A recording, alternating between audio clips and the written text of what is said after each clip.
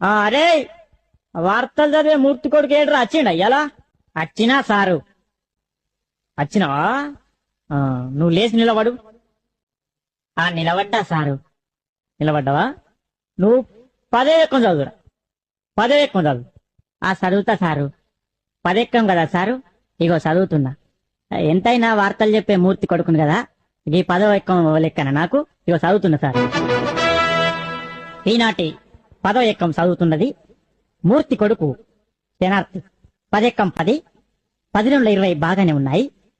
10 30 అదుపు తప్పి 10 40 ఢీకొనగా 15 50 అక్కడికక్కడే దుర్మరణం పాలైంది.